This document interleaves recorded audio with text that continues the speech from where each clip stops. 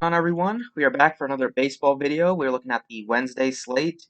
Yesterday was a good day thanks to Anthony Rendon coming through with bottom of the eighth inning home run, which put us into the money. It was only like 17% owned on Draftkings in double up, so that was a big help.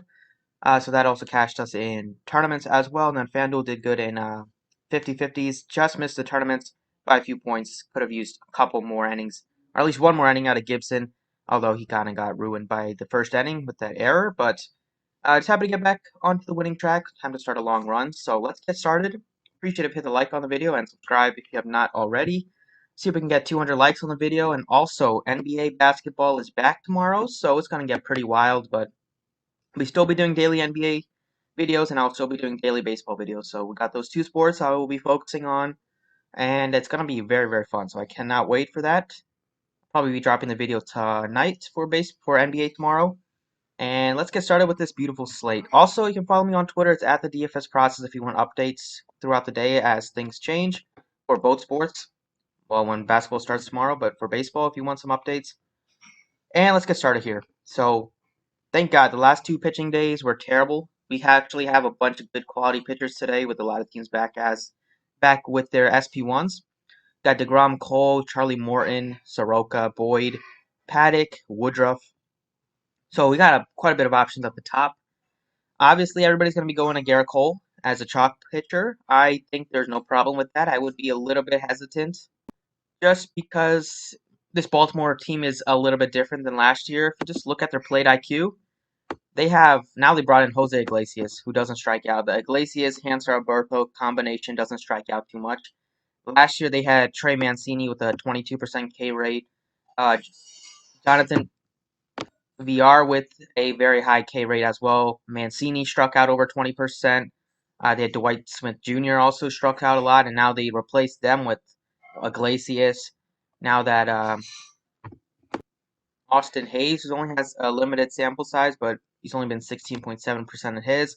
Santander, you got strikeouts at the bottom of the lineup with the first five. There's not too much strikeout upside. Obviously, Garrett Cole can go out there and strike them out like like it's nothing. But just want to caution you guys that it is a completely different team, especially at the top in terms of strikeouts. And against the Boston series, they did not strike out very much. They only struck out like under 10 times in all three games. So I think if you don't want to play Garrett Cole, also they are very rested, so they probably don't need Garrett Cole to go out there and throw 100 pitches. Probably can. The bullpen is very rested, so I could see him getting pulled maybe after like 70 pitches or so, just because the bullpen is very rested and they probably don't need him to go very deep. Meanwhile, a guy like Matthew Boyd, with how heavily taxed the Detroit bullpen is, they're probably going to need him to pitch very deep in the first start, as he was getting blown up in the first inning. He went 5 innings and he threw 88 pitches. So I could see him get close to 100 pitches today in his second start. So I think you definitely can go Garrett Cole if you want. I think it's not going to hurt you if you go with a couple of cheaper pitchers, I think. If you get the bats right. If the bats go off, then you're probably going to be fine. But I think the Matthew Boyd, Chris Paddock combo can be pretty enticing today, pretty luxurious. You get about 4,000 left for your hitters, which is the sweet spot that I like to be in. And you get two guys with so much strikeout upside. Like Matthew Boyd is a tremendous strikeout pitcher. I love playing him. And most of the times last year, he had a 30+% K rate. His favorite today, 30.2% strikeout rate, 3.8 for xFIP, which is great. And the strikeouts are high to both sides of the plate. And this Royals team does strike out a decent amount. You have Soler, Mondesi. Mondesi cannot hit the ball right now, but hit Mondesi, McBroom, uh, and then whoever, probably Oscar Hernandez strikes out a decent amount. Look into him, and then Perez, I think he's league average. So I think Boyd can definitely pay off the salary, and Chris Paddock is only 8,400. He's probably like one of my favorite plays against the Giants. They are also different than last year. They have a lot more strikeout hitters in the team, and Paddock is probably going to be one of the best pitchers in baseball in a couple years. So the three pitchers that I'm looking at are Garrett Cole, Matthew Boyd, and Chris Paddock. I think you want to probably build around those three core guys. For tournaments, you can mix in some of the other ones, but for cash, I think those are the three that I'm considering. And then for stacking today, lots of very good stacks that look appealing. I think the Yankees are my favorite stack. They are facing Asher Wojciechowski, who had like a 5.74 xFIP last year. He really just throws a fastball majority of the time, and these Yankee bats will absolutely make him pay for that. He had a 5.69 xFIP last season. It's 50 plus percent fastball percentage, and the fastball is not even fast. It's 91 miles per hour. Like Stanton, Judge, Torres, Sanchez, they're all going to crush it. And I think they're probably my favorite stack. And then I like the Twin stack quite a bit against Ponce de Leon. The Twins' offense is the scariest in baseball. Well, I think the Twins and the Yankees, one of those two. Probably the Twins have a little bit, like, they're better at just because they don't strike out as much. And their matchup is great against Ponce de Leon. He is decent pitcher, but I don't think he's going to go super deep. And the bullpen isn't great, and they kind of had to be used heavily yesterday as Martinez couldn't make it through 4. So the Twins, I like them a lot, and especially against, I don't know if this is just a small sample size or not. I'm pretty sure, I mean, I would kind of factor it in because the xFIPs are kind of the same, but if you look at Ponce de Leon's numbers, they are pretty, pretty reverse splitsy. If I can find it, right here. They are pretty reverse splits. See, he was terrible against righties and then good against lefties. Like last season, he had a 0.45 ISO to lefties and a 196 ISO. The strikeout rate was like 15% lower. He didn't face a ton of batters, but that's still at least somewhat interesting. And also, he also just throws a fastball a lot, so it's not like they're going to have to do a lot of guessing. Fastball's on, he could pitch well, but it's also 93 mile per hour fastball 75% of the time. And Donaldson crushes that. Cruz obviously crushes it. Garver, Kepler. It's going to be some damage, I think, for the Twins. So the Twins and the Yankees are going to be the two teams that I focus on. And then I think the Detroit Tigers look good as cheap plays. I don't know why the Yankees are not on here on Fantasy Labs, but I like the Tigers a bit. The Twins, probably one of my favorites. Then I think you could look at the Angels, although they're going to be a little bit tough to get to because if I'm paying up for outfielders, it's probably going to be from the Twins and Yankees game. So that is a quick breakdown of kind of where my thoughts are at. Starting off here at probably second base, I'll go with Jonathan Scope at just 3,300. He's facing a lefty. Came through with a home run yesterday for us on Fanduel. And I'll probably go back to him. He's better against lefties and righties. At least he was last year. He has good numbers against Danny Duffy. And the Tigers are probably going to... And he's been batting like second, so it's a really good spot in the order. Other guys you can consider are Luis Ariz at 3,200. He bats like 8, so it's not... It's still appealing, but it's not as appealing, I would say. And then if you're into the Los Angeles Angels, David Fletcher is 3,300. So those are the cheap 3 that I like. And if you want to pay up, there's not a ton that I would pay up for at this position, except for Gleyber Torres. He's probably the guy that I would pay up for. But I think Scope gives you a nice combination of power, upside, and price tag. And next at third base, I like quite a bit of options. I think you could start with like Josh Donaldson at 4,200 is probably one of my favorite plays. I love the Twins team as a stack. At third base, you could go up to Rendon if you want again. He's expensive though.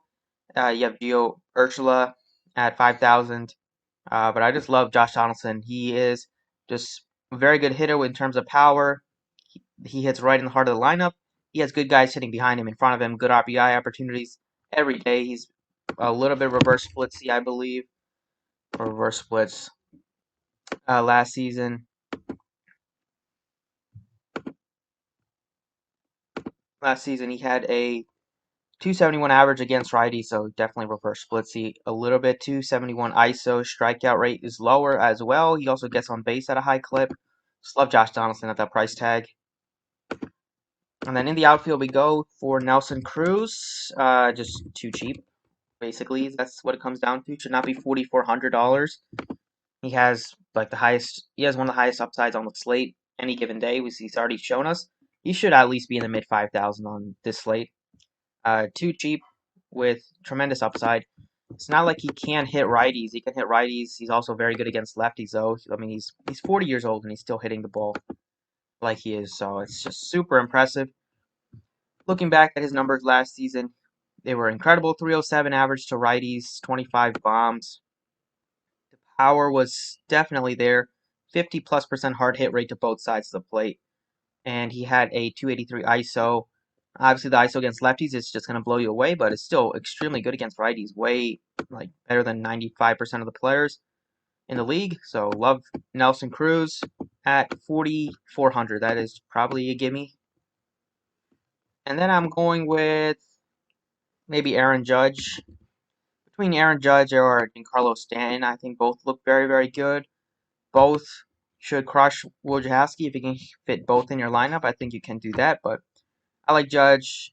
Last season he was not reverse splits, but before that he was better against righties and lefties. I'm not sure if it was just a one-year thing last year, if he's kind of like changed something in his stance, but if you look at the splits for him in 2018, look back at 2018, 2017, and last year. 2018 he batted 285 against righties with 19 home runs. 2017 he batted 298 against righties compared to 230 against lefties and only had 8 home runs against lefties in 2017. And then 2020 so far, it's only been, you can't look at that. But last season he was kind of different. There was only 99 at-bat sample size, so it was also smaller than usual for him against lefties. But I think Judge is looking very good as a pay-up option. So these are the 6 guys that I like a lot on DraftKings. And now we'll transition to Fanduel. Okay, over on Fanduel, if you guys want me to spend more time on Fanduel, we can look at Fantasy Labs and the pricing on these teams. Once again, the Yankees and Twins are going to stand out, and they are super cheap on FanDuel, especially the Twins. You have Kepler 3,000, Donaldson 31. Cruz is expensive, but he should be. Rosario, Mitch Garver, super cheap for the Twins. Tigers are also cheap with Scope and Crone and Nico Goodrum. The Angels are not super cheap, but you have good hitters on the team if you want to go with them. And then the last team is the Yankees, who are not on here again, but if you look at the pricing of the Yankees, they look very, very good and easy to get to. Judge is 4,100, the most expensive hitter. Then you have Stanton is cheap, Torres cheap, Gary Sanchez sub 3,000, Voit is sub 3,000, and then the leadoff hitter Aaron Hicks is 2,500. So the Yankees super easy to get to on FanDuel again. And then starting off at pitcher, same 3 that I'm interested in. It's Garrett Cole, it's Chris Paddock, and it's Matthew Boyd. Out of the 3, I would say Chris Paddock might be like the one that could get pulled at like 80-something pitches just because he's very young. And last season they were very cautious with him in terms of that stuff. Cole, if he's pitching a gem, they could just leave him out there. If he's pitching and he's up to like 75 pitches or 80 pitches, I can see them going to their very, very talented bullpen, especially after getting so many days off. And then in terms of Matthew Boyd, I just like the price tag on him. I like the upside that he presents. I like the fact that he might not be super popular, just because if he's on, he can just crush. Like, can also get in trouble with home runs and stuff like that. But when he's on, I mean, which we could look at last season, when he's on, he can have like 50+ fantasy point games. Against Kansas City, he's faced them a lot. 5 times last season. He was up and down against them. But hopefully he can have a very good game. And he's only 8,400. That price tag just super appealing. If you play Matthew Boyd here, then you can basically stack up all the Yankee bats that you want, all the Twins bats that you want. I'll start off at third base. Go back to very cheap Josh Donaldson at 3,100. And you have Gleyber Torres. At shortstop, it's just 3,200. That's like super appealing. And then in the outfield, Stanton is sub 4,000. And then I will definitely be paying up for Nelson Cruz on FanDuel too, just because Ponce de Leon was a little bit reverse splits last season and the year before that. I mean, kind of a lot, but I think it might just be a little bit lucky just because the xFIPs were pretty much similar. But Cruz and Donaldson, both righties that absolutely can mash right-handed pitching. And then you have Torres and Stanton, both with so much power. I think all 4 of these hitters have a decent chance to hit a home run or at least have a very, very good game. And then if Boyd is on, he can obviously pitch a gem. So that is the breakdown for Wednesday. Hopefully you guys enjoyed the video. If you did, you can leave a like on it. And good luck tonight.